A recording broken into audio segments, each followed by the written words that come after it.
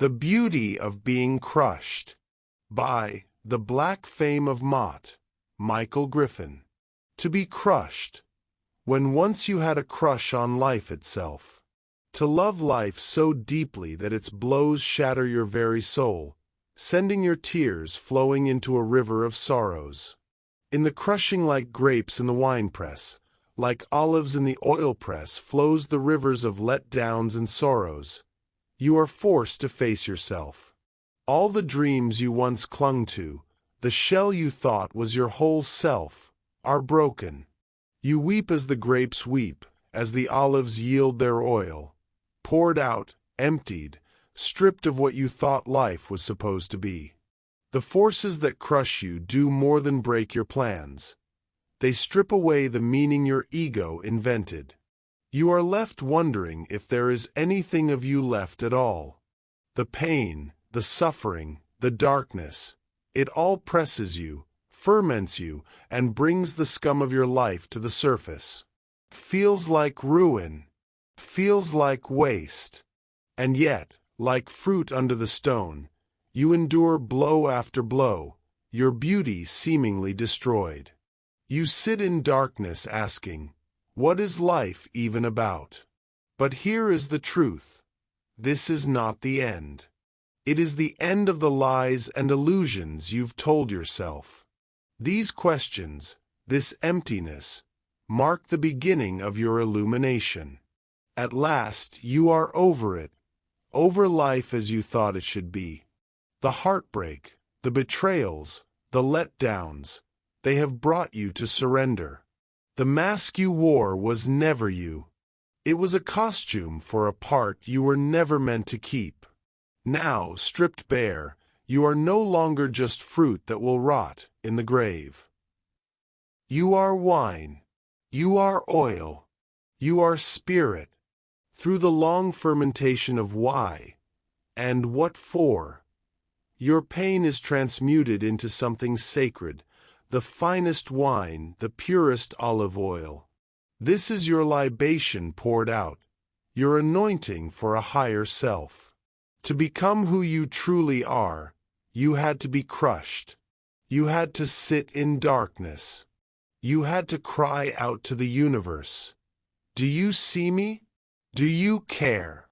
And in that pressing, in that slow transformation, the sweetness of life you clung to was changed into spirit, the truest essence of you.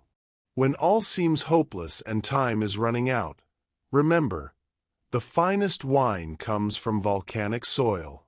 The best olives grow in arid, difficult lands. Hard landscapes produce the richest fruits. You are that fruit. You are the vintage the gods, priests, kings, queens, and common folk dream of tasting.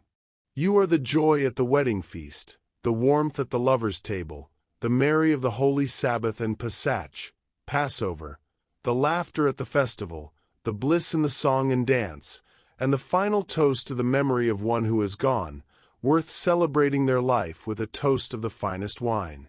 You lost yourself in misery, yet raised as the fine spirit of the wine. You are the oil that crowns your own kingship, prophet's calling, and divine inheritance. Do not hate the crushing. Welcome it. It is the hard and holy process that raises the grape into the finest wine for celebration. For to have a crush is to love, and to be crushed is to discover what love truly is. You are more than the grape. You are more than the olive. You are spirit that brings cheer, and the oil that illuminated after being crushed. You are divine right. The body and its achievements are masks, temporary skins. When they are stripped away, you finally see yourself as you truly are.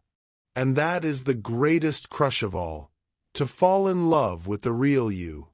To love the crushing, to embrace the breaking of every false belief about life, and to find in the rubble the pure, unshakable essence of your being.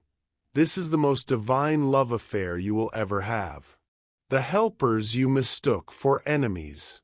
Those who trimmed you back, cutting away the branches you thought you needed, were not the ones causing you pain in the way you imagined. The heat of their troubles and the coldness of their callousness were not punishments, but the very conditions needed for your strength and growth. Those who pulled you from the life you wanted, the pickers who stripped you from the tree, were not your enemies. They were sent to pluck you from the safe, familiar branch you clung to, so you could become something greater than fruit left to rot. The stone pressers who crushed you, family, friends, lovers, the people you thought were always trying to destroy you, were not destroyers. They were pressing the truth out of you, squeezing away the skin and pulp of the life you mistook for your real self, until your true essence began to flow.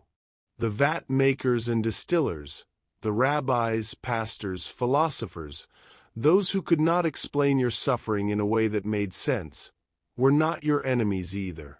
They were the distillers who left you in your own mash, your own fermenting vat, so that in the silence you would rise above life itself as you had known it. None of these people, none of these troubles, were truly against you. They were midwives of your becoming. They were the hands of the divine in disguise, forcing you to release what does not last, so you could discover what truly matters. In their strange and often painful ways, they were the necessary agents that drove you to illumination. Without them, you might never have discovered the truth, that you are not just a body, not just a story, not just a role. You are the divine within, animating flesh, pretending for a time to be something you never truly were. And that is the greatest crush to ever fall in love with.